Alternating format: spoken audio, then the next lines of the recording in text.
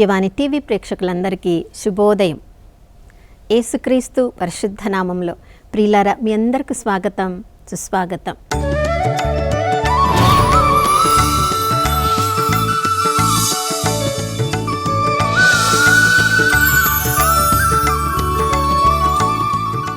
గడిచిన దినమంతా కాచి కాపాడిన దేవునికి హృదయపూర్వకంగా వందనాలు తెలియచేద్దాం.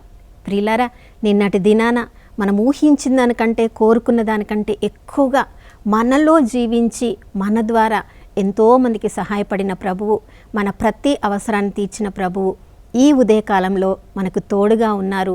ఆ ప్రభు కృపలో ఈరోజంతా ఆనందంగా జీవించుదాం.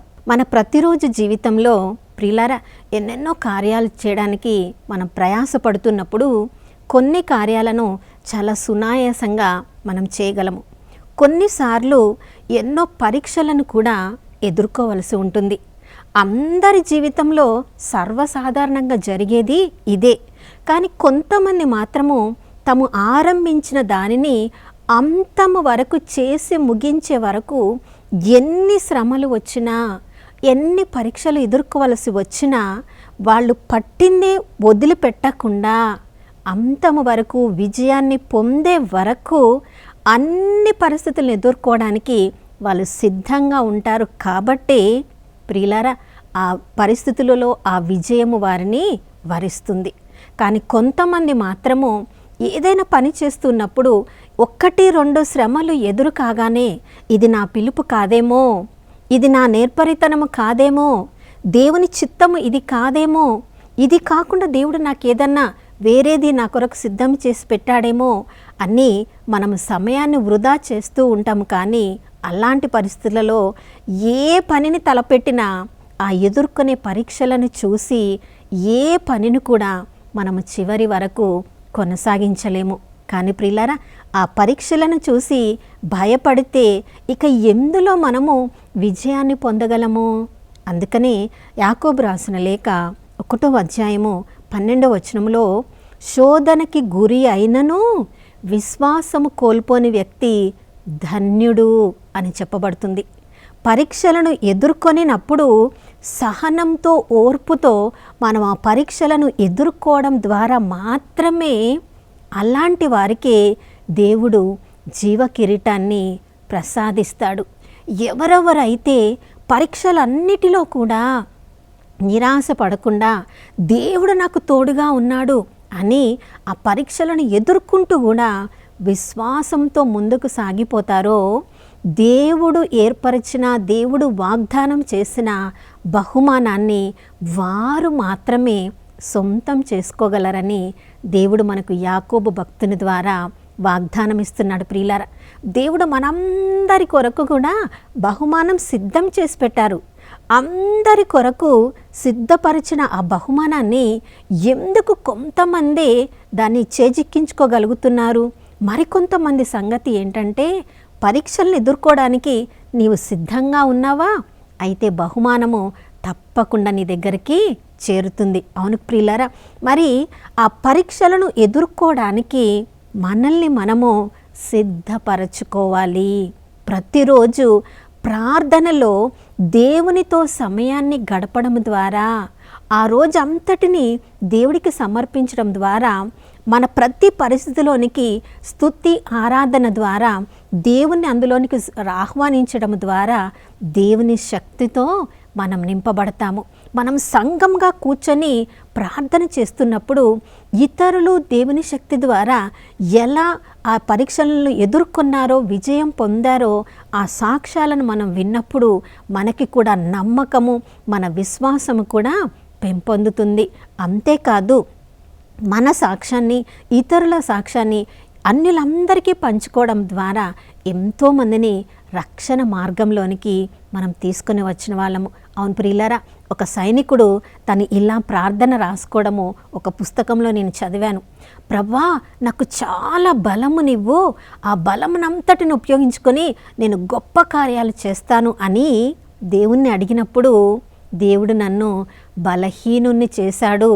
ఆ బలహీనత ద్వారా వినయాన్ని, విధేయతను నేను నేర్చుకోవాలని, దేవుణ్ణి నేను ప్రభా నాకు చాలా ఐశ్వర్యం ఇవ్వు, చాలా గొప్ప కార్యాలు నీ నామంలో నేను చెయ్యాలి అంటే ఉన్న దానితో పేదరికంలో నువ్వు ఎలా సంతృప్తిగా జీవించాలో నాకు నేర్పించడానికి నన్ను పేదవాణ్ణిగా చేశాడు.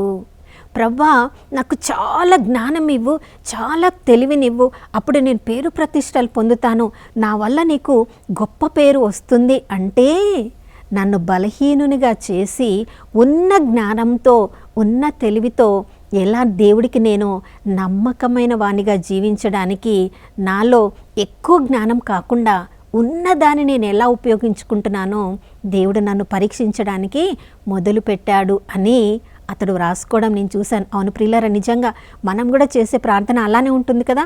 ప్రభా నాకు చాలా తెలివినివ్వు, చాలా జ్ఞానం ఇవ్వు, చాలా ఐశ్వర్యం ఇవ్వు, చాలా పేరు ప్రతిష్టలనివ్వు, అన్నీ ఈ లోకానికి సంబంధించినవే మనం కోరుకుంటాం. కానీ ఆ సైనికుడు అనుకుంటున్నాడు, ఈ లోక ప్రకారం అడిగింది నేను ఏది పొందలేకపోయాను, కానీ నా ఆత్మలో దేని కొరకు నేను నిరీక్షించానో దేవుడు దానితో నన్ను 10 అంతలు కాదు 100 అంతలుగా నన్ను ఆశీర్వదించాడు. అవును ప్రియులారా, యాకోబు రాసిన లేఖ 1వ అధ్యాయం 2వ వచనం నుంచి మనం చదువుతున్నాం. మీరు పరీక్షలను ఎదుర్కొంటున్నప్పుడు మిమ్మల్ని మీరు అదృష్టవంతులుగా భావించుకొనుడు. ఆ పరీక్షలను మనం ఎదుర్కొనేటప్పుడు మనకు ఓర్పు అనే సుగుణము మనలో కలుగుతుంది ప్రియులారా. ఆ ఓర్పు ద్వారా సహనం యొక్క స్తోమత మనలో చాలా గొప్పగా పెరుగుతుంది. సహనముతో మనము అన్ని పరీక్షల్లో ఎదుర్కొంటూ ఉన్నప్పుడు ఆ సహనము విఫలము కానంత వరకు మనము నిరీక్షణలో ఆ దేవుని మీద ఆధారపడగలము. ఎవరెవరైతే పరీక్షల్లో నిరీక్షణ కోల్పోకుండా ఉన్నారో ఎప్పటికీ కూడా నిరాశ వాళ్ళ దరి చేరదు. యేసు ప్రభు కూడా ఈ లోకంలో ఉన్నప్పుడు అందరికీ మంచి చేశారు, కానీ యేసు ప్రభుకి శ్రమలు రాలేదా? యేసు ప్రభుని నిందించలేదా? యేసు ప్రభుని సాధారణ మనుషులు ఆయన చేతిలో చేయబడిన సృష్టి ఆ ప్రభుని అవమానించలేదా? సిలువ మీద కొట్టలేదా? ముళ్ళ కిరీటం పెట్టలేదా?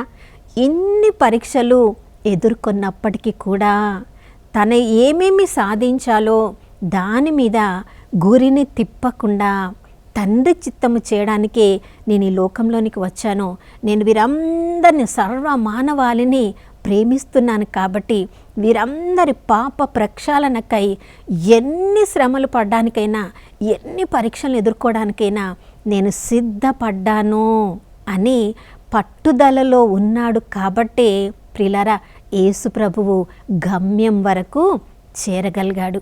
మనందరికీ కూడా రక్షణ అనే గొప్ప బహుమానాన్ని అనుగ్రహించగలిగారు.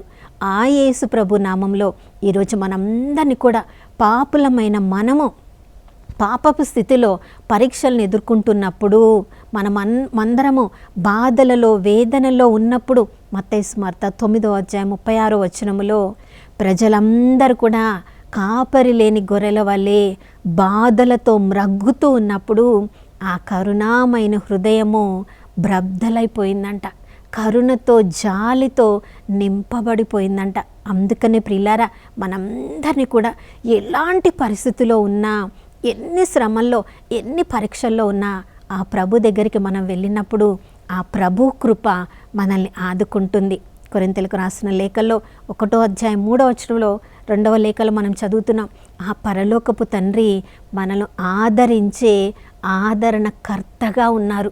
పరీక్షల్లో ఆ ప్రభు దగ్గరికి మనం పోయి ఆదరణ పొందినప్పుడు ఎలా మనము ముందుకు సాగిపోవడానికి నిరీక్షణను పొందుతామో, తండ్రి దగ్గర నుంచి పొందిన ఆదరణ మనకి మాత్రమే కాకుండా మన చుట్టూ ఎవరెవరు శ్రమల్లో ఉన్నారో వారందరినీ కూడా ఆదరించడానికి ఆ పరీక్షలు ఆ శ్రమలు మనల్ని సిద్ధపరుస్తాయి. ప్రియులారా, ఈ ఉదయకాలంలో తండ్రి దగ్గర నుంచి ఆదరణ పొందిన మనమందరము అందరినీ ఆదరించడానికి మనందరినీ ఉదయకాలంలో సిద్ధపరచమని ఈ రోజంతా పరలోకపు తండ్రి మహిమ కొరకు మనల్ని అందరినీ కూడా ఉపయోగించుకోమని ప్రార్థించుకుందాం. నాతో కలిసి ప్రార్థించండి. పరిశుద్ధమైన దేవా, నీకు స్తోత్రములు తండ్రి. ఆదరణకర్తగా ఉన్న దేవా, నీకు స్తోత్రం. ప్రభా నాయనా, మేము విల్మ్ రొడాల్ఫ్ అనే ఒక వ్యక్తి గురించి, పుట్టుకతోటే నెలలు నిండకుండానే జన్మించిన ఆ వ్యక్తి ప్రభా పోలియో కాలితో వాళ్ళు జీవించినప్పటికీ శ్రమల్లో బాధల్లో నిరీక్షణ కోల్పోకుండా ప్రభా ఏ విధంగా ఒలింపిక్ క్రీడల్లో కూడా పాల్గొని దేవా ఎంతగా పట్టుదలతో ఉన్నప్పుడు, పరీక్షల్లో ఎదుర్కొంటూ ఉన్నప్పుడు నిరాశలకు లొంగిపోకుండా ప్రభా నీ మీద ఆధారపడి ప్రార్థనలో తన యొక్క అవిటితనాన్ని మీకు సమర్పించి ప్రభా చిన్నగా నడవడానికి, తర్వాత పరుగు పందెం పెట్టడానికి, 16వ సంవత్సరంలో తనకు పరుగు పెట్టడానికి తనకు కావలసిన కృపనిచ్చిన దేవానికి స్తోత్రం. అయా శారీరక అవిటితనంతో బాధపడుతున్న వ్యక్తి నీ మీద ఆధారపడినప్పుడు ప్రపంచమంతా కూడా ఉత్సాహపడేలా, అంత గొప్పగా బహుమానం పొందేలా మార్చిన తండ్రి నీకు స్తోత్రం. ప్రభా ఈ లోకం మీదే మా దృష్టిని పెట్టి, ఈ లోకంలో శ్రమలు వద్దు, శోధనలు వద్దు అని అన్ని శ్రమల నుంచి మమ్మల్ని దూరం చేయమని ఈ ఉదయకాలంలో మిమ్మల్ని అడగడం లేదు. కానీ ప్రభా ఆ పరీక్షలు మాకు ఓపికను కలిగించడానికి, ఓపిక మాకు సహనాన్ని కలిగించడానికి, మాలోని సచ్చీలతను బయటికి తీసుకొని రావడానికి, ఎటువంటి పరిస్థితులలో పరీక్షల్లో కూడా మేము సహనాన్ని కోల్పోకుండా చివరి వరకు విజయాన్ని పొందే వరకు, నీలో జీవ కిరీటాన్ని పొందే వరకు కూడా ప్రభా నాయన ఎటువంటి నిరాశకు మేము గురి కాకుండా నీ మీద దృష్టిని పెట్టి ముందుకు సాగిపోవడానికి ఉదయకాలంలో మమ్మల్ని అందరినీ సిద్ధపరచమని యేసయ్య పరిశుద్ధ నామంలో అడిగి వేడుకొనిచున్నాం తండ్రి, ఆమేన్. అవును ప్రియులారా, పరీక్షలను చూసి భయపడే వాళ్ళము కాదు, మనమందరము ఈ ఉదయకాలంలో ఆ ప్రభు ఇచ్చే శక్తి ద్వారా ఎట్టి పరిస్థితినైనా ఎదుర్కొనే ధైర్యము నాకు ఉందని పౌలు భక్తితో చెప్దాం. అన్ని పరీక్షల్లో యేసు ప్రభు నామంలో ఈరోజు అంత విజయవంతంగా జీవించుదాం. మరొక నూతన శుభోదయంలో మనం అందరం కలుసుకునే వరకు దివ్యవాణి టీవీని వీక్షిస్తూ ఉందాం. ఇమ్మానుయేలు, దేవుడు మనతో ఉన్నారు.